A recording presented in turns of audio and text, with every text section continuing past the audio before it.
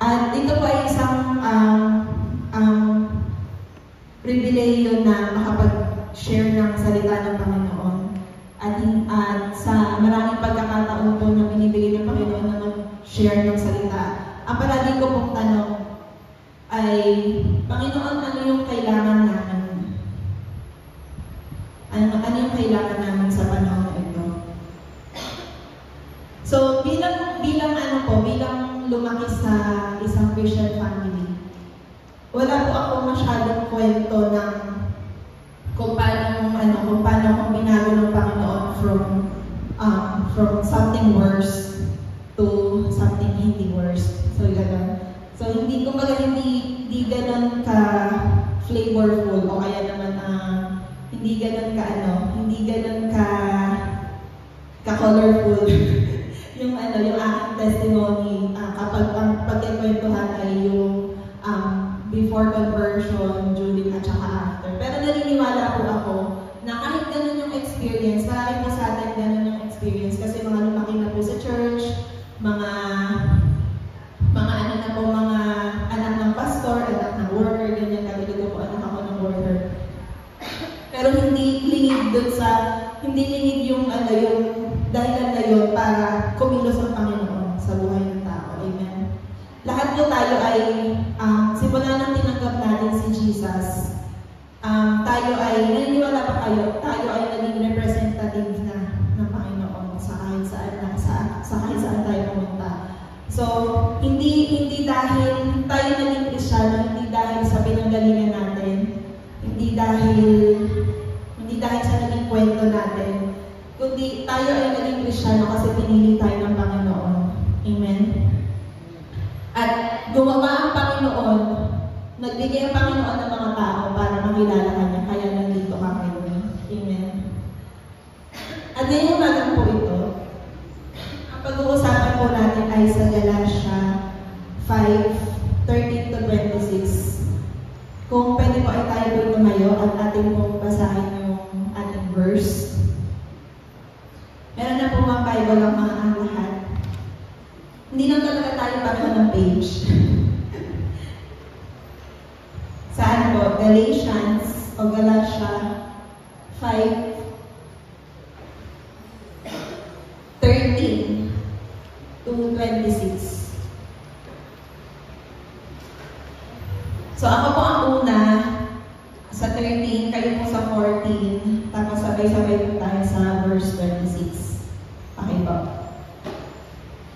Verse 13, Galatians 8, verse 13.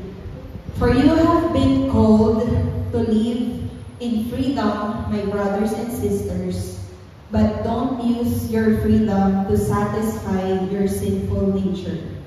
Instead, use your freedom to serve one another in love. 14.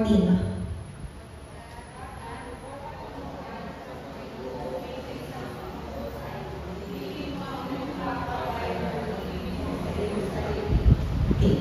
15. But if you are always biting and devouring one another, watch out. Beware of destroying one another. 16.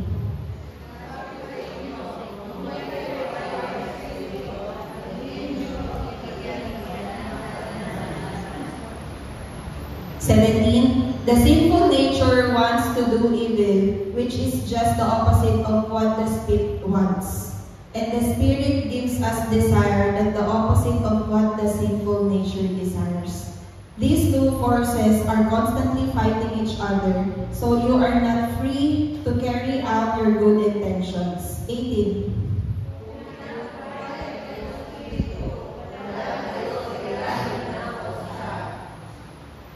19. When you follow the desires of your sinful nature, the results are very clear. Sexual immorality, impurity, lustful pleasures. 20.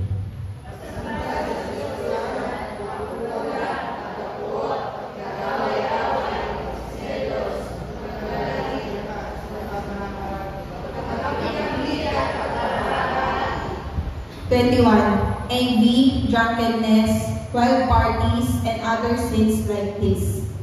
Let me tell you again, as I have before, that anyone living that sort of life will not inherit the kingdom of God. 22.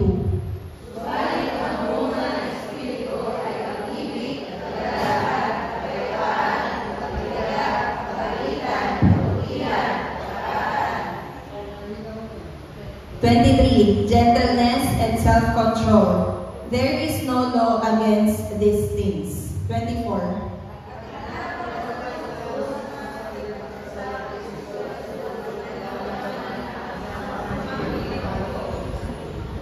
25. Since we are living by the Spirit, let us follow the Spirit's leading in every part of our lives. So 26 po, sabay-sabay po tayo. And let us not become conceited and provoke one another or be jealous of one another. Amen. Pag-uwi po sa Panginoon sa ating mga binasa. Sige ba, pwede na po tayo maupo.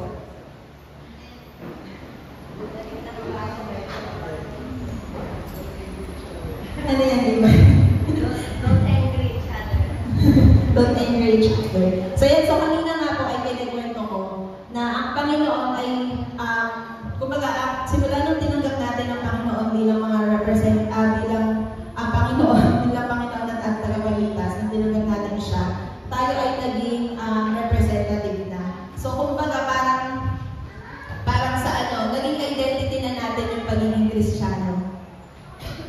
Kung halimbawa mag-i-introduce ka sa ibang tao, sasabihin mo, "Hi, ako po si Leo, I'm a Christian." Parang ganun. Ganun yung dating nung kapag tinanggap mo na si Jesus. So, ibig sabihin, kapag tinanggap na natin si Jesus Christ will not be a part of our lives. Jesus will be our life. Amen. Hindi yung magiging parte lang siya ng buhay natin na kapag Sunday lang tayo Christian, then the rest of the day hindi na. Kaya ang pag-usapan po natin ngayon ay sa Galatians 5:13, nabasa nga po natin kanina, at ang title po natin ay Christian Represent. Di ba may mga kami taga-Linville 8, kapag po naalala ko po nung Summer Fest, nagpalagay ng mga address, nagpasend ng address, at i-view dun sa malaking screen nung New Fest 2024 yata yun. Tapos, nakalagay po sa akin, Linville 8 represent. Proud na proud ako, akala mo naman talaga kung ano yung meron sa Linville 8. Pero kung iisipin natin, kapag sinabi natin, I'm a Christian represent, ibig sabihin, I am representing Jesus Christ everywhere I go. I am representing Jesus Christ sa trabaho ko. I am representing Jesus Christ sa bahay ko, sa kahit saan ako magpunta, sa restaurant, sa mall, sa jeep, kahit saan. Kahit sa mga public CR. We are representing Jesus Christ everywhere we go. Kaya nga sobrang naging kumbaga, hurtful po nitong mga nakaraang linggo, lalo sa social media, kung napapansin niyo po yung ibang balita, that there are some Christians na sila, kaya ba nasabi ko ng Christian sila, kasi they are declaring that they are Christians. So there are some Christians na, kumbaga, ang hirap ipagtanggol, kasi nai-stain nila yung identity ng Christianity by the way they act outside. Kung alam niyo po yung story na yon, yung mga group of Christians na nag-feedback po sila sa isang coffee shop sa Rizal. Tapos naging masama po yung impression ng mga comments nila kasi binomba po nila ng feedback. Although pwede naman talaga tayo mag-feedback ng something negative sa isang lugar na pinuntahan natin. Pero let us make sure na dun sa pagsasabi natin, we are still representing Christ. Di ba ang hirap? Parang, Lord, paano ba magiging mabait na nagko-correct ka? Parang gano'n. So, ang hirap ipagtanggol, ang hirap tanggapin na yung mga sinasabi ng ibang tao sa comments na it is always those who share the gospel. Na ganyan. It is always those na may verse sa profile. Sila yung laging nagja-judge, sila yung laging parang nagsasabi na ganyan. Pero it is just a small portion of our community. Pero affected tayo. And kahit hindi dun sa restaurant, halimbawa sa kalsada. Kaya ako sabi ko, wala si Icha na. Kaya sabi ko, ready ako na wala si Icha kasi ikikwento ko siya. Halimbawa po si Icha, kapag nasa kalsada siya, may tendency siya na magalit dun sa ibang driver. Parang just to let yung emotion niya kasi nga hinarangan siya o yung parang ang word niya ay tumutok ganun, hindi ko po alam. Pero how do we navigate our emotions even dun sa mga ganung situation as a Christian, bilang mga Christian represent? Kasi lagi ko sinasabi si Isha na wag mong hayaan yung emotion mo na lumabas dun sa situation na dapat nakilala ka bilang Kristiyano. Kasi ayaw mong dumating sa point na katulad nga po nung nagkaroon ng road rage, minamatay. So ayaw mong dumating sa point na dahil walang baril si Isha. So wala siyang laban doon, kundi talagang maging patient na lang dun sa mga situation na yun. So there are so many times na we failed as a Christian na i-represent yung sarili natin. So hindi lang po yung ibang tao, maraming beses sa ating buhay that we fail to represent ourselves as a Christian sa labas. And dito po sa verse na binasa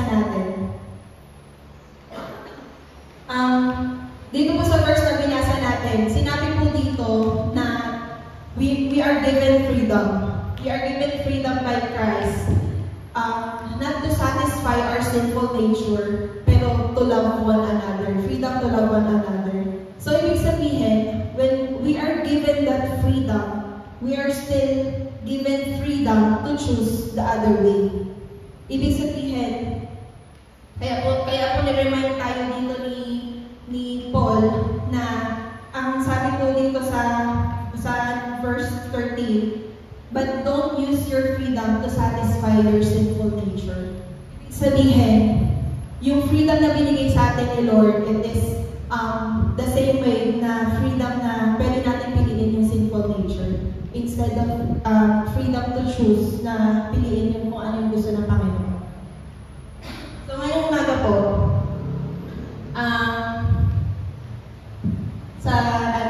yung what does freedom means.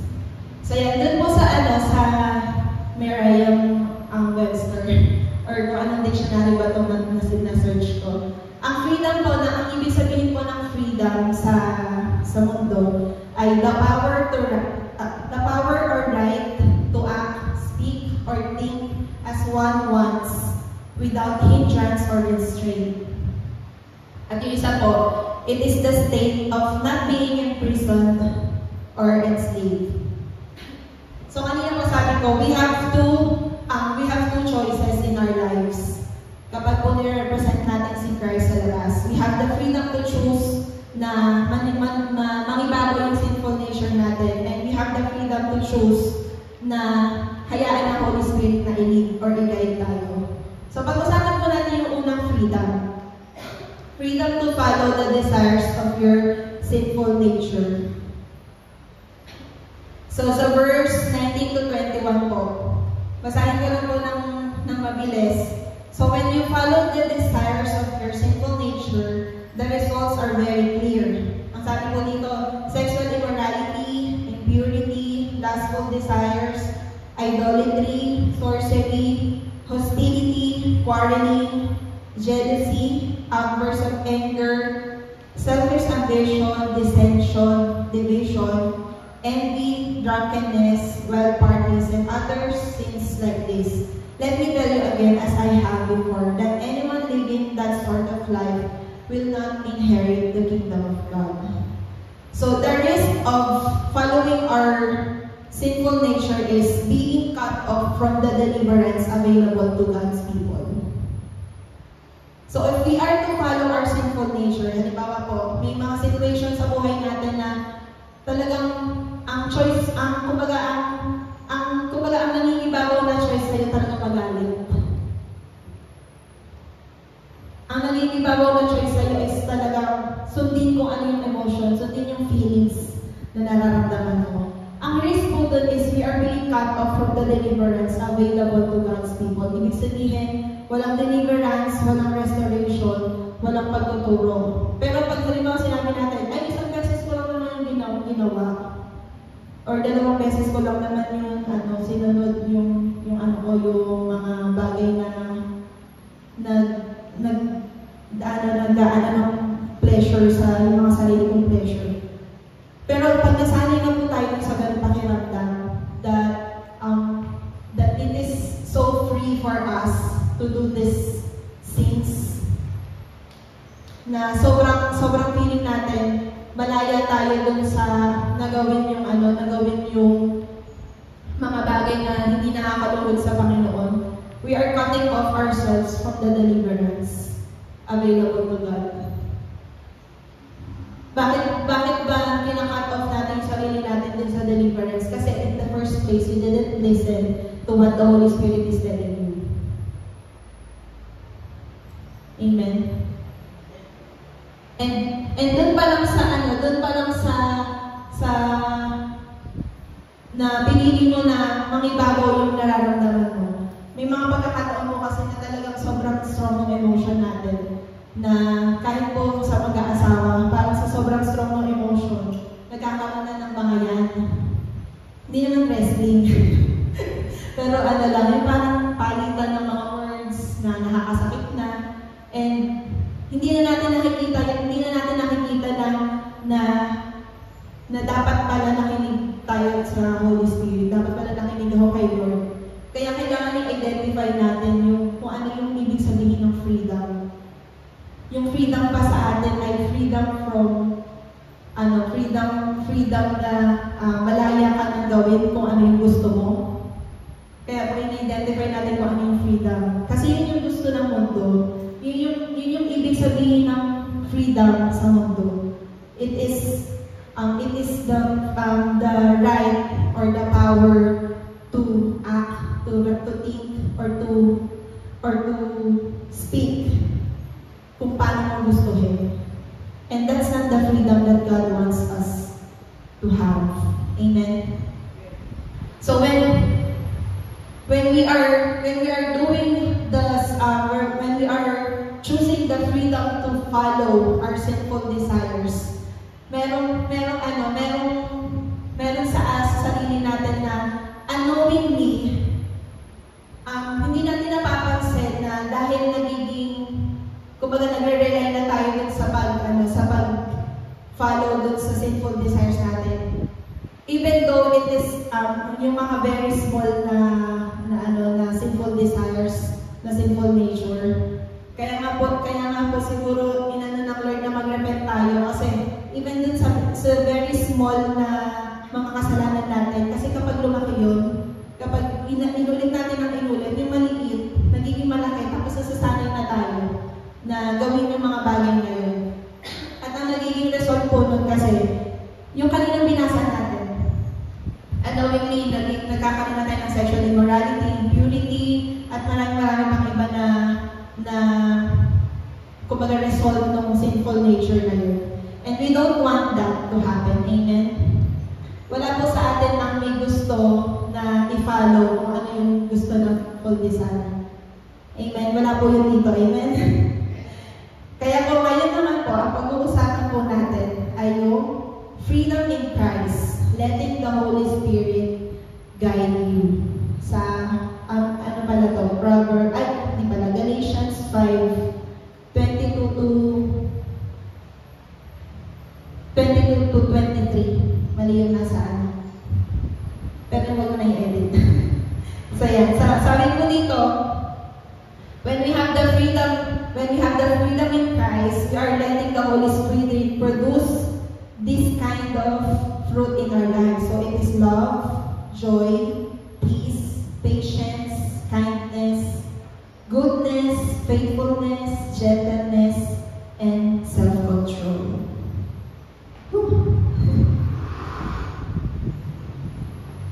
When we let the Holy Spirit guides us in every way, kaya nga po kanina, kinanta po natin yung Lord, I give you my heart. Meron po kasing word doon na every way that I make man. Every moment that I wake pala. Every breath that I take, every moment that I'm awake. So, kapag natulog tayo, di ba tayo humihinga? Humihinga pa tayo, di ba? Kapag naman gising tayo, humihinga din naman tayo. Yung iba lang talaga, katulad ko, minsan hirap talaga huminga. Pero humihinga po tayo. So, doon po sa kapag hinahayaan natin ng Holy Spirit na kumilos sa atin, ang resulta po nun, it produces fruits. So, alam na po natin to, siya po itong fruits na to. So, meron po itong love, joy, peace, yung mga ganyan. So, unahin po natin yung joy and peace. With joy and peace, we overcome the pain of the broken past. Amen. Ulitin po natin, with joy and peace, we overcome the pain of the broken past. We all have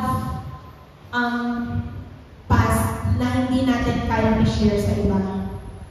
We all have past o mga nakaraan o mga nakaraang gawain. Katulad nga po sa testimony, may mga narinig tayo testimony na dati siyang tambay. Yung testimony ni Ishan, dati daw siyang tambay, ganyan, nag-iinom sa kanto. Tapos ngayon, niligtas na siya ng Panginoon. So, with joy and peace, we overcome the pain of the broken past. Ibig sabihin, hindi na parang, kumbaga, hindi na parang maging hadlang yung past natin dun sa kung ano yung kayang gawin ng Panginoon sa atin ngayon sa present at saka sa future. Kasi we are driven ng guidance ng Holy Spirit, kaya it produces joy sa lahat ng ginagawa natin. It produces peace sa lahat ng ginagawa natin. And yung sumunod po, with love, kindness, goodness, faithfulness, and gentleness, we keep our relationships, dapat may S, safe from distractions. Are we keeping our relationship with other people safe from distraction in every way?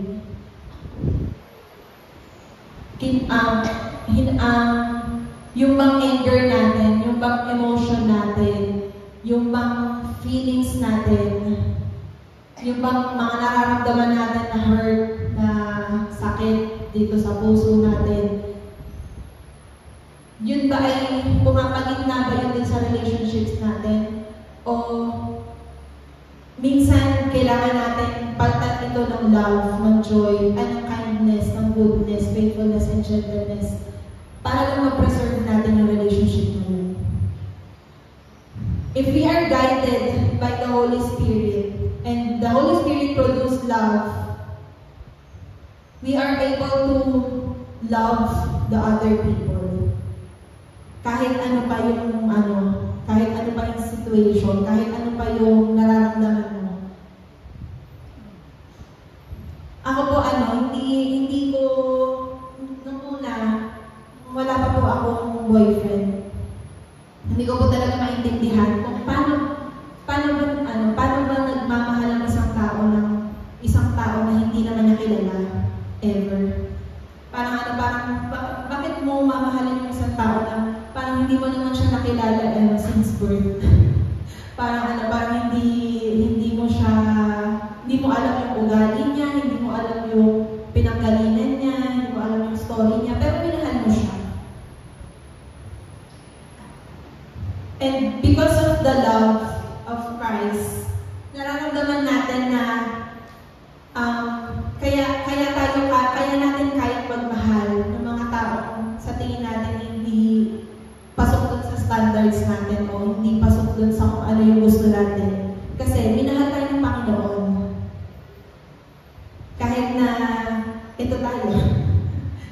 Amen?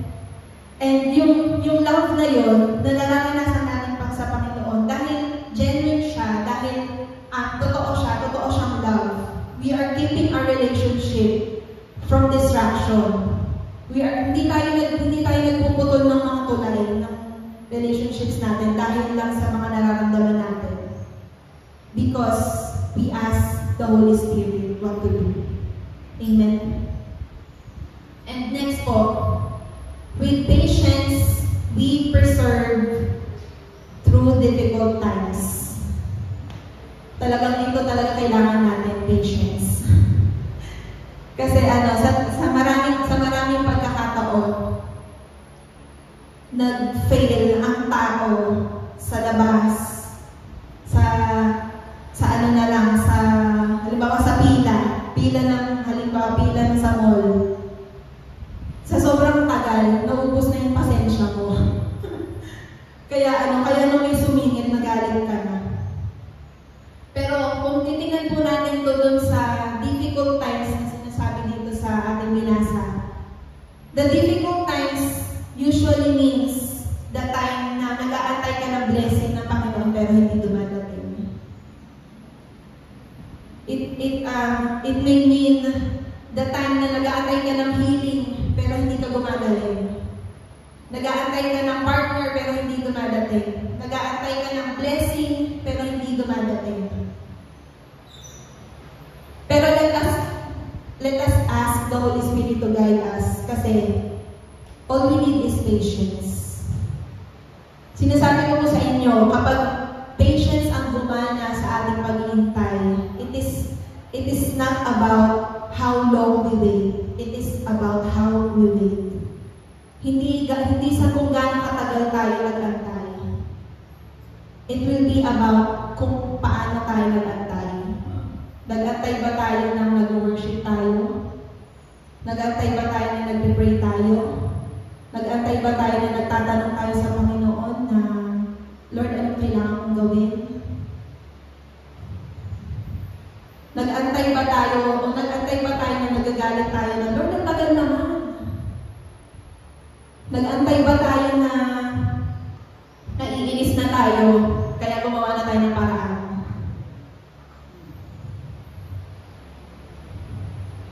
All we need is patience, so we can persevere through difficult times. Lahat tayo nakaka-experience ng difficult times. At hindi po ligtas. Ang dami nga po nagsasabi na yung mga Kristiyano, may problema na tumataas pa ng kamay para mag-worship. Yung mga Christians, wala nang pera pero pumupunta pa sa church para mag-offering tsaka mag-tithes. Yung mga Kristiyano, parang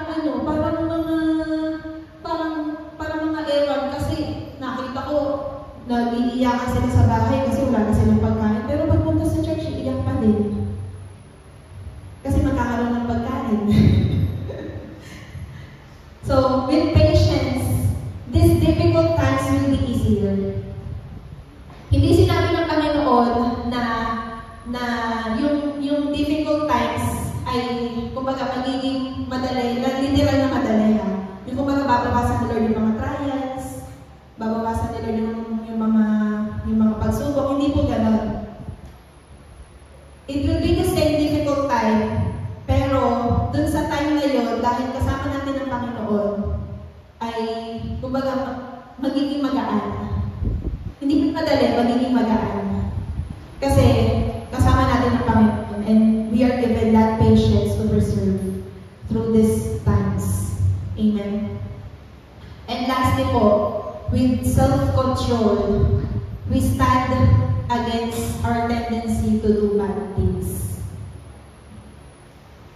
With self-control, we stand against our tendency to do bad things.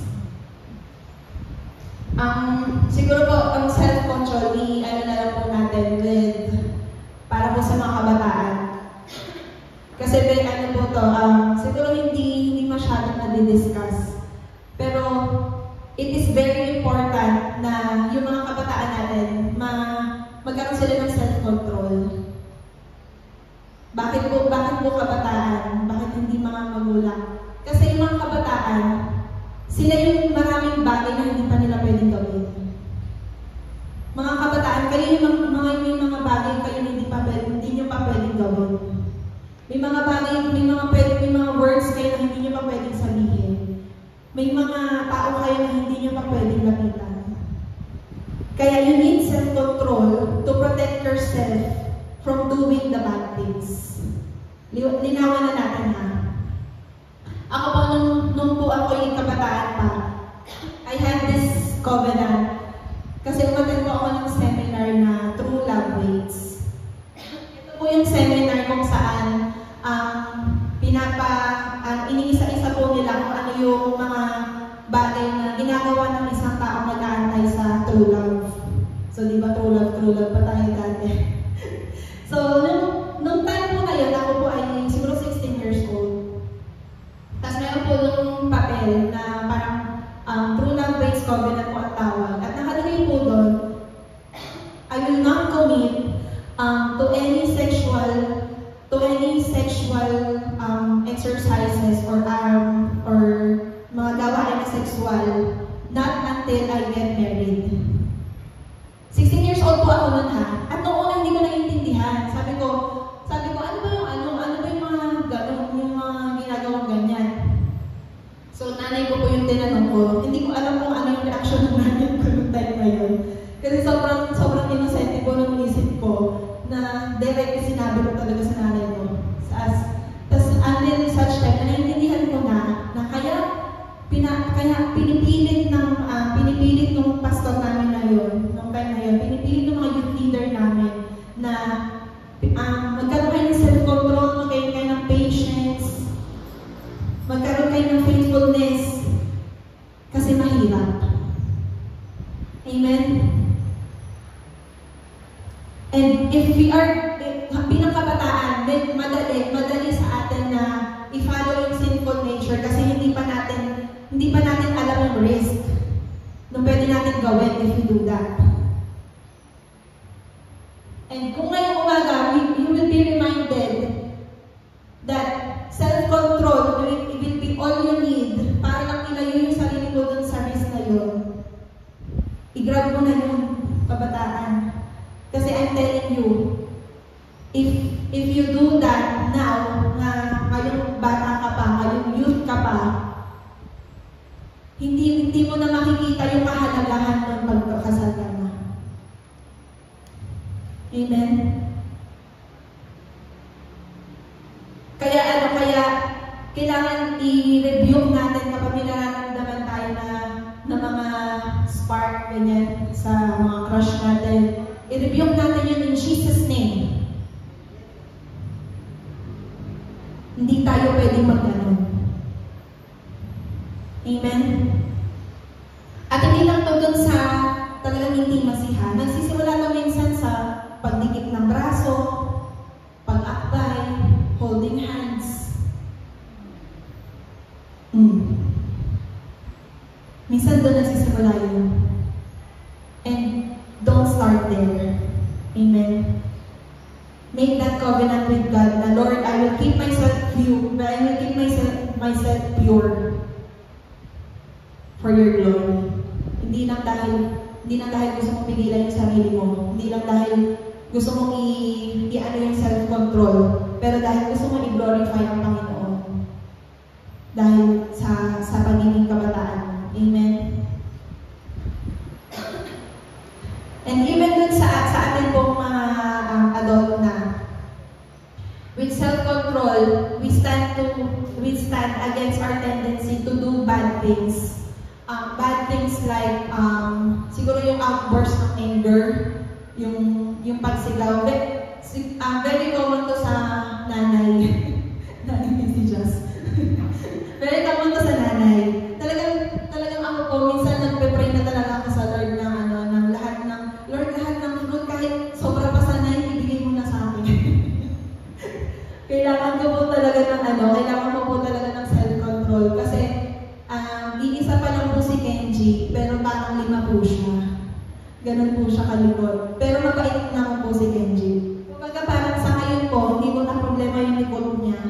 Ang ano ko na, hindi naman sa problema, ang ano ko ngayon, ang struggle ko ngayon kay Kenji ay sobrang daldal.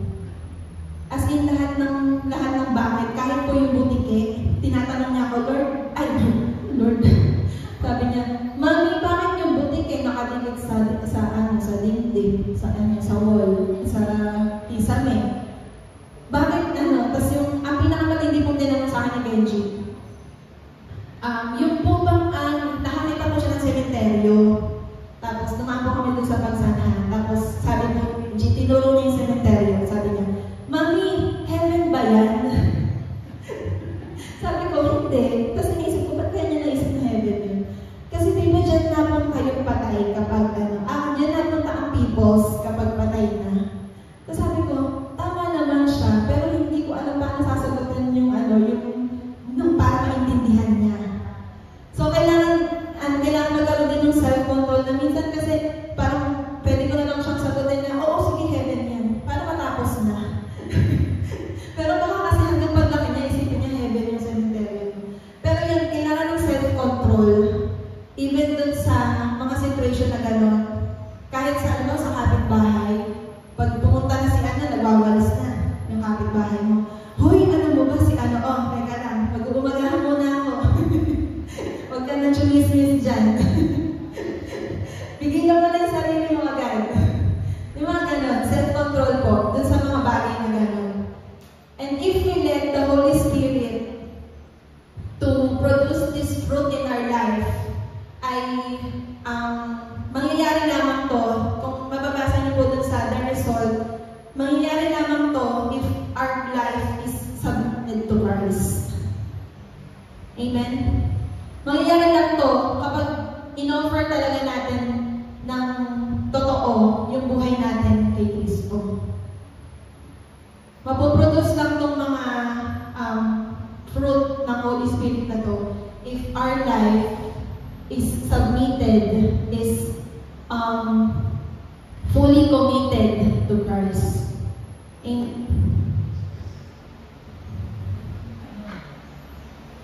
And we can only experience true freedom in Christ if we let His power work in us.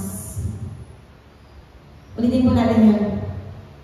We can only experience true freedom in Christ if we let His power work in us. Kasi there are times na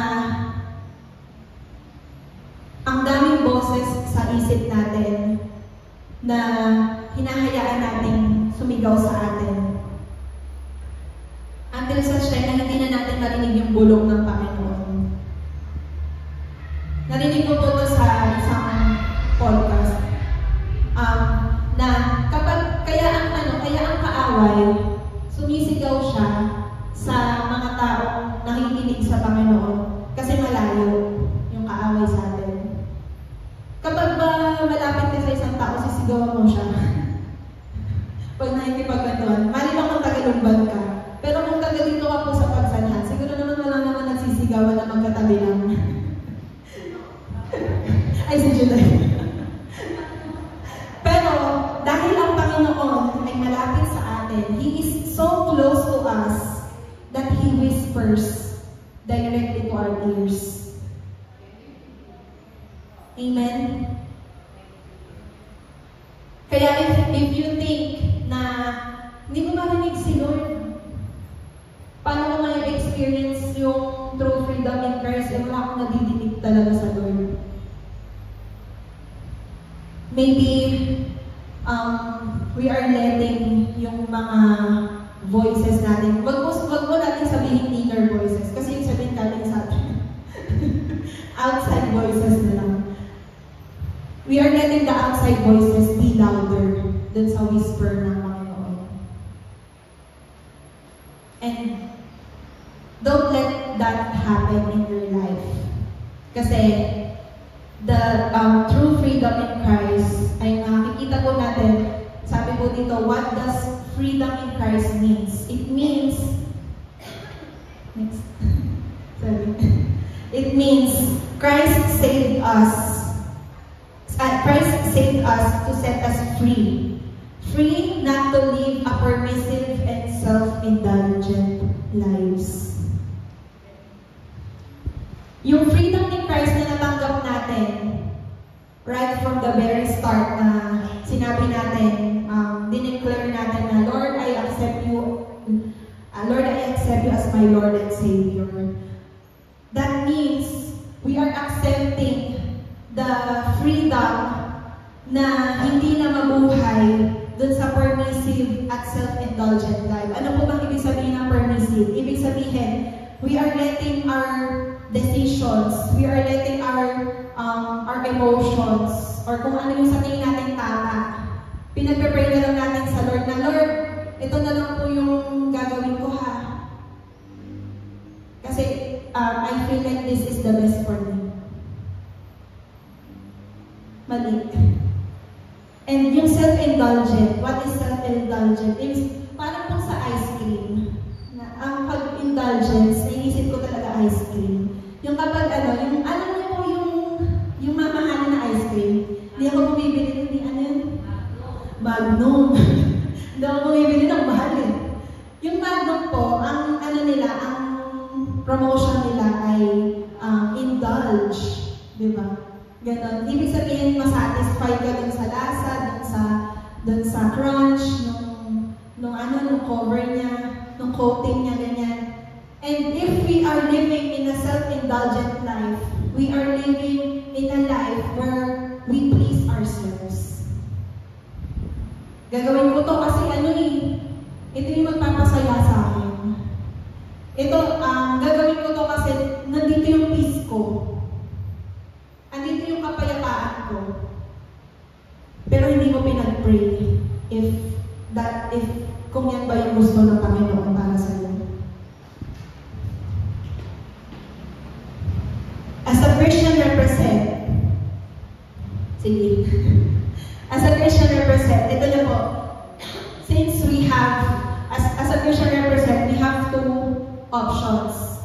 Kapag nandun tayo sa situation, kapag wala po tayo sa church, ang representation po natin ay kapag wala tayo sa church. Kasi nandito tayo sa church, we usually gather para makatanggap ng word ng Panginoon. Pero pag nasa labas na tayo, we have two options. It is to follow the sinful nature, or ikalawa, to follow the Holy Spirit. As a Christian, we are representing unang-una yung family natin. Naalala ko po kapag po sa Lumban, kapag tinanong niyo po sa tricycle driver, halimbawa pupunta po kayo sa bahay namin, dun po sa Rana, alam na nila kung saan yung bahay namin. Tapos dati, ewan ko lang po kung hanggang kayo, ganun ba din? Yung Rana, yung sa Mennonite. So ako, bilang Ana, na taga-Mennonite dati, ang hirap magkamali sa labas. Nasabihin mo, alam pa naman yan na nasa Mennonite. Parang hirap magkamali sa labas. So nagkaroon ako ng thinking na kapag po nasa labas ako, kailangan kumbaga parang, hindi naman po yung physically na maayos. Yung pakikip ko sa ibang tao, dapat maayos. Kasi ang doctrine po ng Mennonite is peace. So imagine po, kailangan ma-embody ko yung peace. Ang ingay ko. Kapag kami magpipinsan, nagsisigawan kami. So ganun po yung struggle ko nung dati na kumbaga parang yung struggle ko, minsan mali na yung intention ko dun sa pagiging mabait ko sa labas. Kasi gusto ko lang talaga na walang masabi yung mga tao dun sa nanay ko o kaya naman sa church, ganyan. Kasi parang natatakot po ako na ma-stain ko kung ano yung reputasyon na itayo ng nanay ko dun sa Mennonite. Kasi worker po yung mama ko sa church. So kapag po nasa labas tayo, isipin po natin, representative po tayo ng mga family na kinabibilangan natin. Amen? So whatever we do, good or bad, matatandaan niya ng tao kasama yung pamilya mo.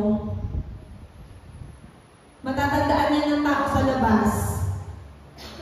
Matatandaan niya ng tao sa labas at sasabihin nila, ay, kaya ganyan yan, si ano yan, pabruwada yan, advares yan, gano'n. Good or bad ha? Hindi ko na sinabing bad lang. Good or bad. So, whatever we do, we carry yung name ng magulang natin sa atin, kasama yun. And nung graduation nga po ni Kenji, akala mo may pag-graduate ako ng college, sobrang proud na proud talaga ako kay Kenji. Nakita niyo mo yung video sa Facebook ko. Tapos umakyat siya, sinabitan ko siya ng medal. Ang award po niya ay maalalahanin, magaling makisama. Parang sumuhong loud yung feeling ko na, thank you Lord. Maalalahanin yung anak ko, magaling makisama yung anak ko. So kung ganun ako ka-proud kay Kenji na graduate ng daycare, gaano pa ka-proud yung magulang natin o mga kamag-anak natin kapag may ginawa tayong mabuti sa labas. Amen? Kapag nagpunta tayo sa labas, tapos nirepresent natin yung sarili natin, tapos nagawa natin yung kung ano yung gusto ng Holy Spirit, di ba? Gaano ka-proud yung magulang, yung mga kamag-anak, yung kapatid natin, dun sa mga gagawin natin. So, sunod po, we are representing our church. So, uulitin ko po, we have two options. It is to follow the sinful nature or to follow the Holy Spirit. And if we are going outside the church, kapag po nasa labas na tayo, lalo na po dito sa Kabanbanan, siguro po yung mga mukha ng mas marami pa akong kakilala dito sa Kabanbanan kaysa sa Lumban. Kapag dito po, pag simulan sa Sabang hanggang dito sa church, pag lumakad po ako, parang lahat po ng bahay may binabati ako. Ay hindi po ako ganun sa Lumban. Sa Lumban nakatawa lang ako ganyan kasi nga wala naman ang kakilala. And bilang mga representative ni Christ sa labas, dito po sa community natin, sobrang halaga na i-represent natin yung sarili natin bilang Ebenezer. Bakit? Kasi kapag po na-state natin yung mga bagay na ginagawa natin sa labas, hindi naman po tayo kumbaga pipilitin natin talagang pipilitin natin maging mabait sa lahat. Which is yun naman talaga dapat. Kumbaga parang let us control ourselves from doing something that would stain the church. I-control natin yung sarili natin that would refrain others from going here kasi nandito ka. Dapat ikaw yung maging dahilan ng pagpunta nila dito. Amen? Lalo na po ngayon, we are reaching out sa community sa pamamagitan po ng evangelism. We are reaching out sa community. And if we are going to act outside, lalo na po karamihan po sa atin taga dito lang. If we are going to act outside, let us make sure that we are following the Holy Spirit anytime, anywhere. Kasi we are representing our church. We are representing kung ano yung pinaniniwalaan ng church. Kung ano yung pinaniniwalaan natin as a church. So we are not representing the building. We are representing the body. Kasama ka dito, nandito ka sa loob ng church. Nandito ka sa loob ng community na to, ng Ebenezer na to. So whatever you do, good or bad, it will affect us. Whatever we do, good or bad, it will affect everyone. Amen? And lagi mo natin iisipin, kapag ba ginawa ko to, anong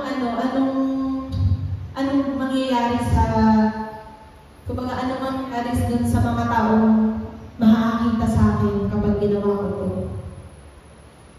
Are they going to decide na, ay, parang gusto mo mag-church church dyan sa Ebenezer kasi gano'n siya. Parang gusto ko din maging gano'n, try ko nga. O kaya naman, ayoko dyan. Kasi nandyan siya. So let us, kumbaga, pilitin natin na gawin yung nauna, na i-aim yung nauna, na madala natin sila just because we follow the Holy Spirit. Amen? Hindi naman tayo literal na magpapakilala, hi, hello po, ako po si Ria, taga-Ebenezer. Hindi naman literal na gano'n. Kasi naniniwala po ako na lahat, kumbaga karamihan dito sa community natin, kilala na yung mga mukha natin na taga-Ebenezer. Hindi ko nga alam kung bakit gano'n. Hindi naman ako nagpapakilala na taga-Ebenezer, pero kumbaga, ay, hindi, asawa nga pala si Jan. Hindi ko, ay, asawa nga pala si Jan. Pero yun, kumbaga, dahil nire-represent natin yung sarili natin bilang si Christ, and we are part of this church, let us always do good outside, in every way, in every season. Amen? Are you part of this church? Amen? Then, let us be the church outside. Let us be the church outside. If we cannot take those people outside the church, then let us be the church for them. Amen? And lastly, bilang mga representative ni Christ, again, we have two options. It is to follow the sinful nature or to follow the Holy Spirit. And outside, we are representing the body of Christ. Hindi lang po ito itong church po natin, yung kabuuan ng mga Kristiyano sa buong mundo. So, ganun po kalaki yung nire-represent natin. Yung pinento ko po kanina, naalala niyo po yung mga group of Christians na nag-feedback ng masama dun sa isang coffee shop. Tapos, naalala ko, nagkikwentuhan po kami dun sa nila Dave, dun sa GC namin na naging aware kami, baka kami matagal na din dun sa coffee shop na tinatambayan namin. Tapos, sabi ko, siguro hindi naman tayo ipopost kasi hindi naman tayo nagko-comment ng gano'n. Pati, kumbaga, dahil sa sobrang dalas po namin dun sa coffee shop na yun, naging kaibigan na po namin yung cashier. Naging kaibigan na po namin yung cashier ng coffee shop. So, kapag po tayo nag-represent ng sarili natin sa labas, we represent the body of Christ everywhere, online man o offline. Lalo na sa online. Kasi yung nabanggit ko nga po kanina, sobrang sakit na mabasa or marinig sa ibang tao na ang dali tayong lagyan ng red flag. Pag may isang Kristiyano o nagde-declare ng Christian na nagkamali online, ang daling pintahan ng pula yung mga Kristiyano sa buong mundo na parang lahat ng Kristiyano ganun na. So masakit po yun para sa atin na parte ng body. Kasi nga, kaya nga po siya body. Kapag nasaktan yung isang parte, masasaktan yung buong katawan. Amen?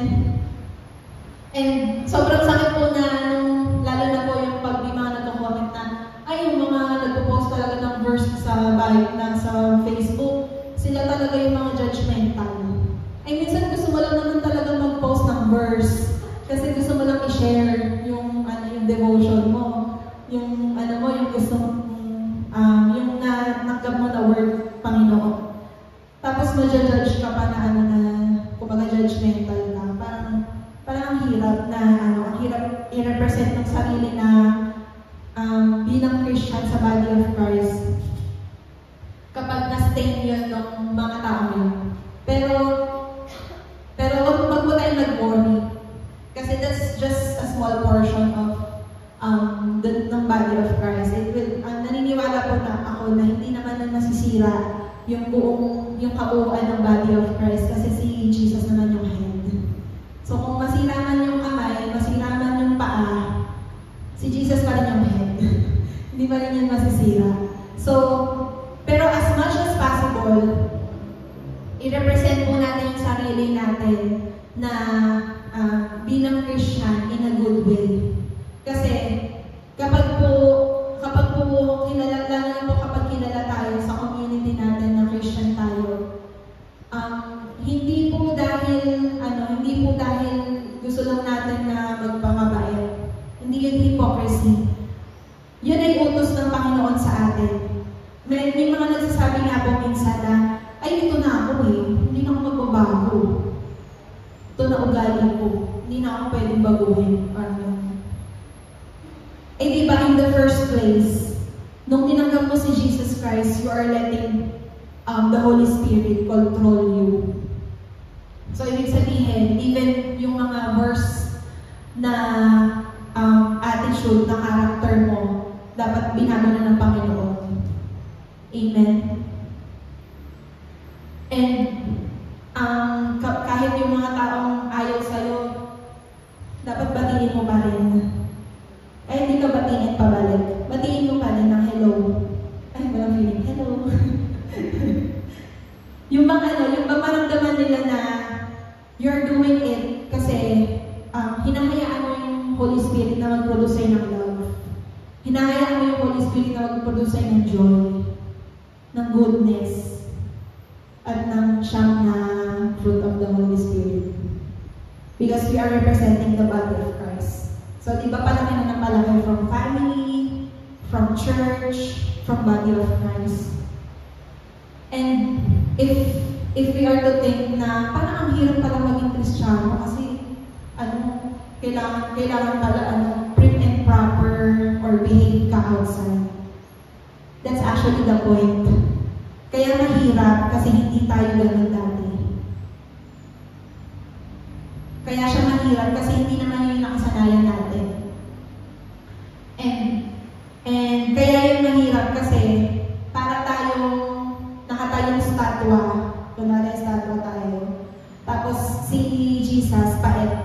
Yung kapitbahay ko po, nagpapait. Lagi ko po nadinig yung tuk-tuk-tuk, gano'n. So, i-imagine ko, kung ako ay statwa, tapos si Jesus yung pait na tawag doon. Paeter. Paet. So, kung si Jesus yung pait, kapag gagawin siya, every time na magagawin, masakit. Ay, naalisin ko itong ugali ni Rio na maninisin. Ouch! Ang sakit, Jesus! Nagkikwento kay Kenji. Halimbawa, meron sa puso natin. Pumunta na si Jesus ngayon sa puso. Sabi ni Jesus, aalisin ko tong addiction mo sa porn. Tagal. Ang hirap kasi alisin. Ganon si Jesus magbago ng tao. Kaya mahirap, kaya masakit. Pero kapag nawala naman yun, you will represent Jesus dun sa labas nang walang takot. Kasi binago ka na ng Panginoon. Amen? The moment that you let the Holy Spirit guide you, every day, hinahayaan mo na ang Panginoon ay baguhin ka sa kahit anong paraan. Amen?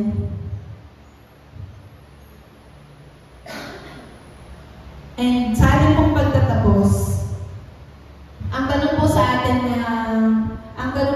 lahat ay, what are you planting in your mind lately?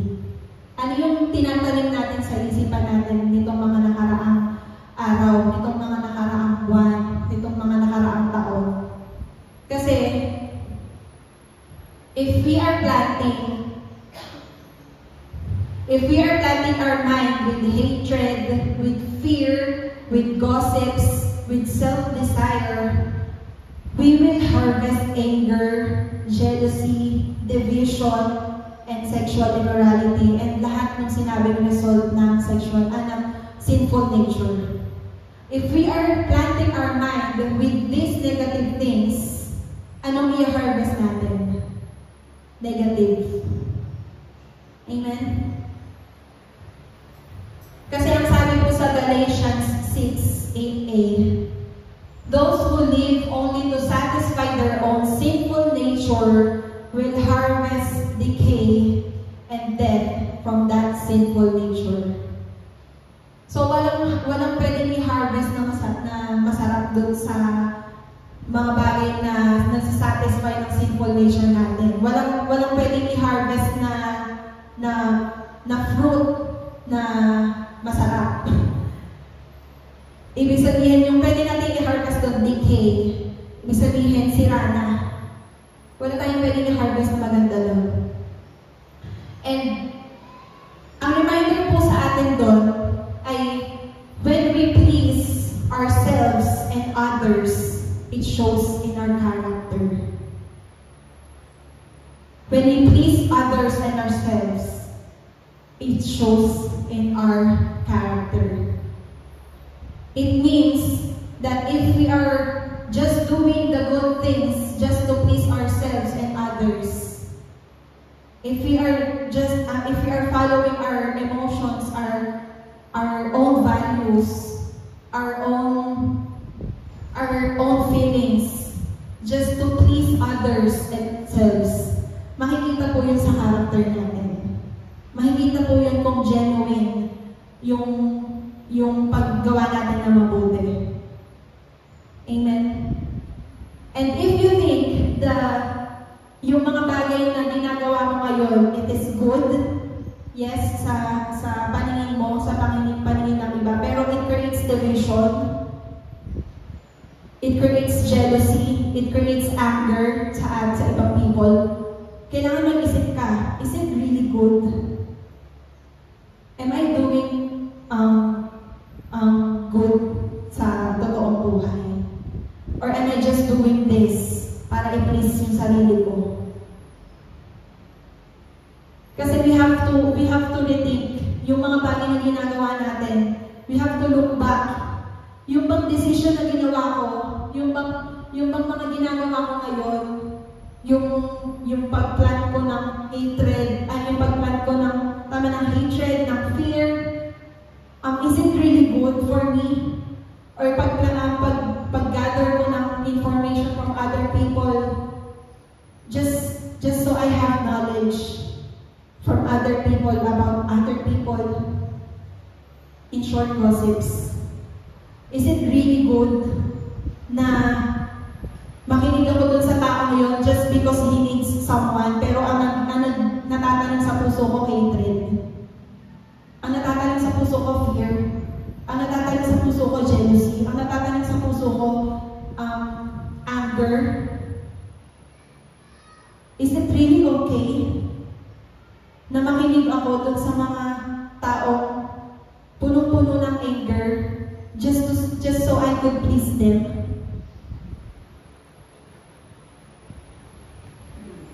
Kailangan piliin natin kung sino yung mga taong papakinggan natin.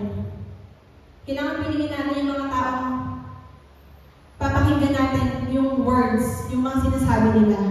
Kasi minsan, hindi mo naman ayaw dun sa taong kinakwento niya. Pero ngayon ayaw mo na. Kasi kwento niya. So when we live to please ourselves and others, it shows in our character. It shows in the things that we do. It shows in the things that we do for other people.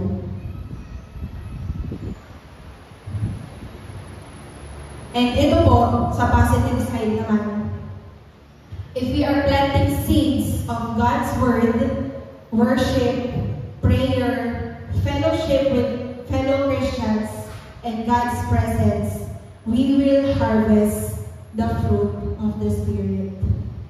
Amen? And these are just seeds.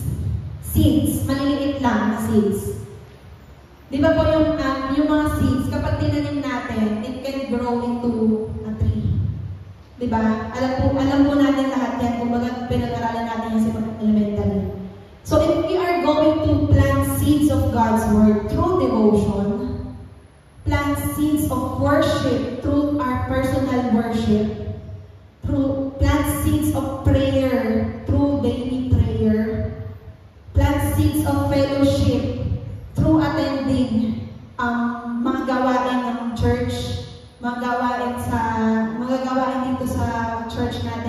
kahit hindi Sunday, and plant seeds of presence sa pamamagitan ng pagbababad sa Panginoon. What do we harvest? Fruit of the Holy Spirit. Amen.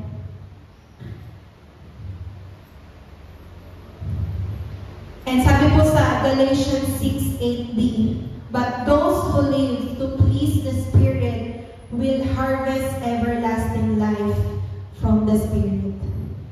And we want that. Gusto natin yun. Gusto natin mag-harvest ng everlasting life from the Spirit. Amen? Gusto natin ma-experience yung everlasting life na yun. And what we should do is just the small steps of starting your devotion, your personal worship, your personal prayer, start attending the activities in church, mag-start ka na magbabad sa Panginoon. Kasi if you think, the past few days, parang mainitin yung ulo ko, the past few days, parang masyadong mapusok sa lahat ng ginagawa ko. The past few days, parang hindi ako patient sa mga taong nakakasama ko. Review your daily routine. Included ba doon yung devotion? Included ba doon yung prayer? Included ba doon yung worship? Included ba doon yung fellowship? At included ba doon yung pagbababad sa presensya ng Panginoon? If not, we can start today. Ito po personal testimony ko. Alam po ni Ninang Adrian tsaka ni Ma'am C na talaga pong hindi ako regular sa devotion. Dahil sa TNA at tsaka sa SCBTC, chine-checkan po nila yun weekly. Tapos, hindi po ako naging regular. And true enough, na kapag hindi ka naging regular habang may nag-check, hindi ka rin talaga naging regular dun sa real life na. I mean, dun sa after nung pag-aaral, kung walang nag-check. So, kumbaga, ako po personally, I've decided na talagang isip Jesus dun sa daily devotion. After po kasi namin na mag-Cebu nung March, na-realize ko po na I am just doing my devotion just for the sake of doing it. Hindi ko siya ginagawa to seek Jesus. Hindi ko siya ginagawa to know His promises. Parang nagiging routine ko na lang na, ay sige, devotion ako ngayon.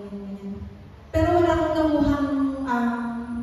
nakuha dun sa word na yun na binigay sa akin ng Panginoon that day. And the past few weeks, talagang pinipilit ko po yung sarili ko na kumbaga maging regular din sa devotion, dun sa prayer, just because I want to be a better Christian.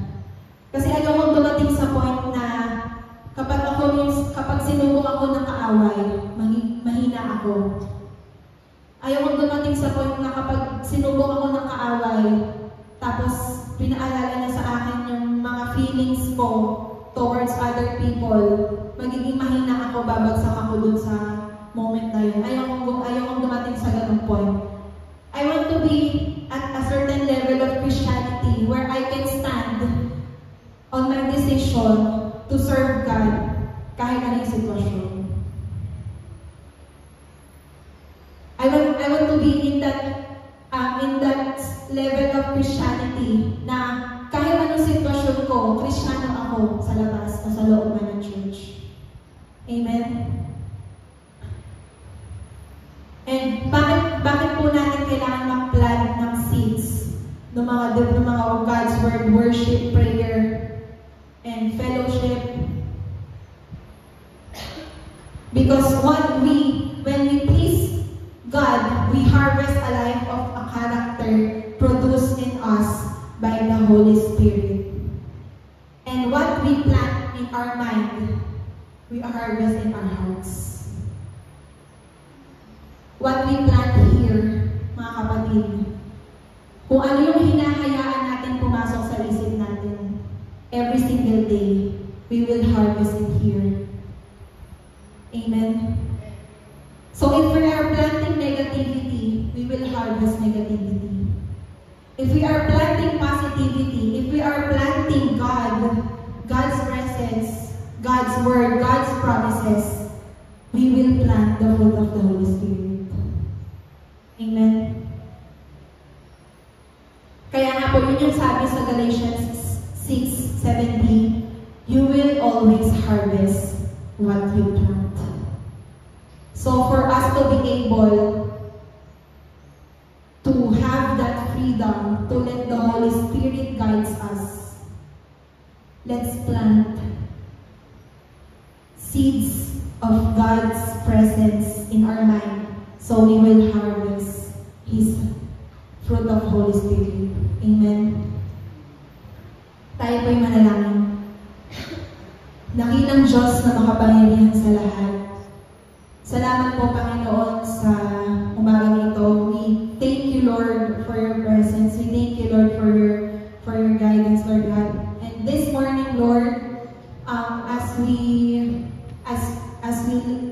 discuss, Panginoon, as we end this word, Panginoon, I pray, Lord God, na bawat isa sa amin, Lord God, we will live each day, Panginoon, to glorify you in every way that we do. I pray that we live each day, Panginoon, to represent you sa kahit saan man kami magpunta, Panginoon. I pray that we live each day, God, that we will represent you in a good way, that we will represent you just how you want us to represent you, Panginoon. And we pray, Lord God, and declare that each one of us, Lord God, will start planting seeds, will continue planting seeds of your word, of worship, of prayer and fellowship, and your presence, Panginoon, in our lives, so that the next few days we will be able to harvest, Panginoon, the fruit of your Holy Spirit, Lord God. Thank you, Jesus. Thank you, Lord. And we glorify your name. We lift you up, Panginoon, sa aming buhay, Panginoon. Ikaw ang may taas. Ikaw ang maghari, Panginoon. Ikaw ang mapapulihan, mapasalamatan, Panginoon, sa lahat ng aming ginagawa, Panginoon. And we are doing it, Panginoon. We are doing these things, Panginoon, not just for ourselves, not for others, Panginoon, not for the things that satisfies us, Panginoon, but we are doing this, Panginoon, to satisfy you, to please you, Panginoon. And we need you every day of our lives, Panginoon. We need your presence, Lord God. Kaya ngayong araw na ito, Panginoon, I pray, Lord God, that each one of us will experience, Lord God, your presence, Lord, your guidance, God.